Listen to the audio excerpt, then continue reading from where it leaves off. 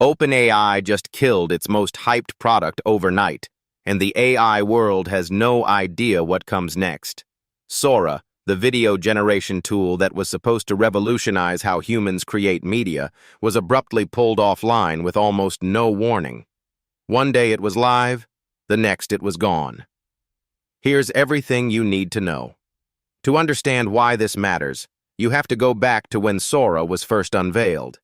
In early 2024, OpenAI dropped a series of demo videos that genuinely stunned the internet.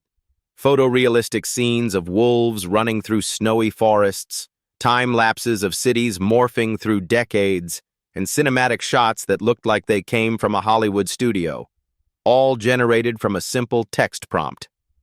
The reaction from the creative and tech communities was immediate and electric. Sora wasn't just impressive, it felt like a genuine leap forward in what AI could produce visually. OpenAI spent months building anticipation before granting limited access to filmmakers, artists, and developers. When it finally launched more broadly, it was positioned as a cornerstone product, a direct challenge to competitors like Runway and Google's Veo. The company invested heavily in infrastructure, safety testing, and promotion. Executives talked about Sora in the same breath as GPT-4 and DALL-E, framing it as one of the defining products in their portfolio. The expectations could not have been higher. So what went wrong? According to reports, the decision to take Sora offline came swiftly and from the top levels of the company. There was no major public incident, no viral controversy, and no regulatory action that immediately preceded the shutdown.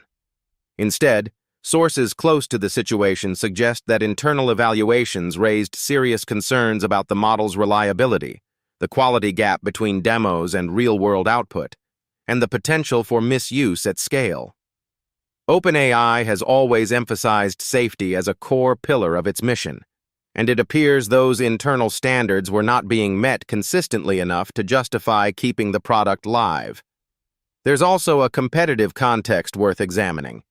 The AI video generation space has gotten dramatically more crowded in the past 12 months. Runway's Gen 3, Google DeepMind's Veo 2, and several Chinese models have all made significant strides. If Sora was no longer clearly the best product in the category, the calculus for keeping it publicly available, with all the associated risks, would shift considerably. It's possible OpenAI made a strategic decision to pause, retool, and re-enter the market with a version that can actually dominate, rather than just compete.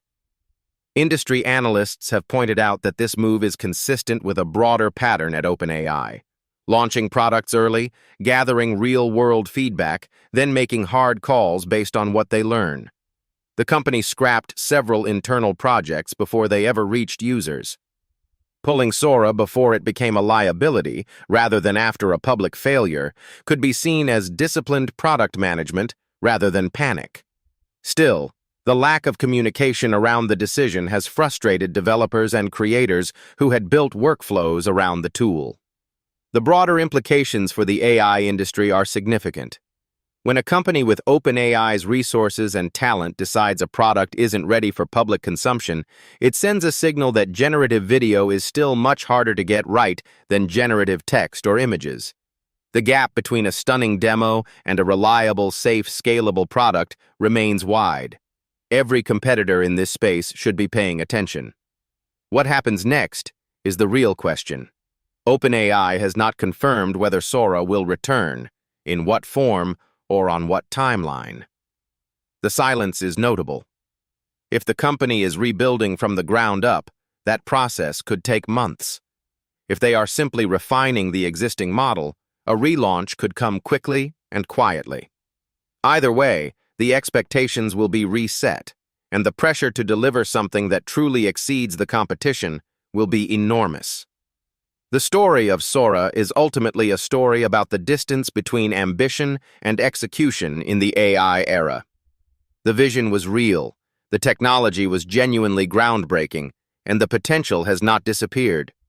But building products that work in the real world, at scale, with all the complexity that implies, is a different challenge entirely.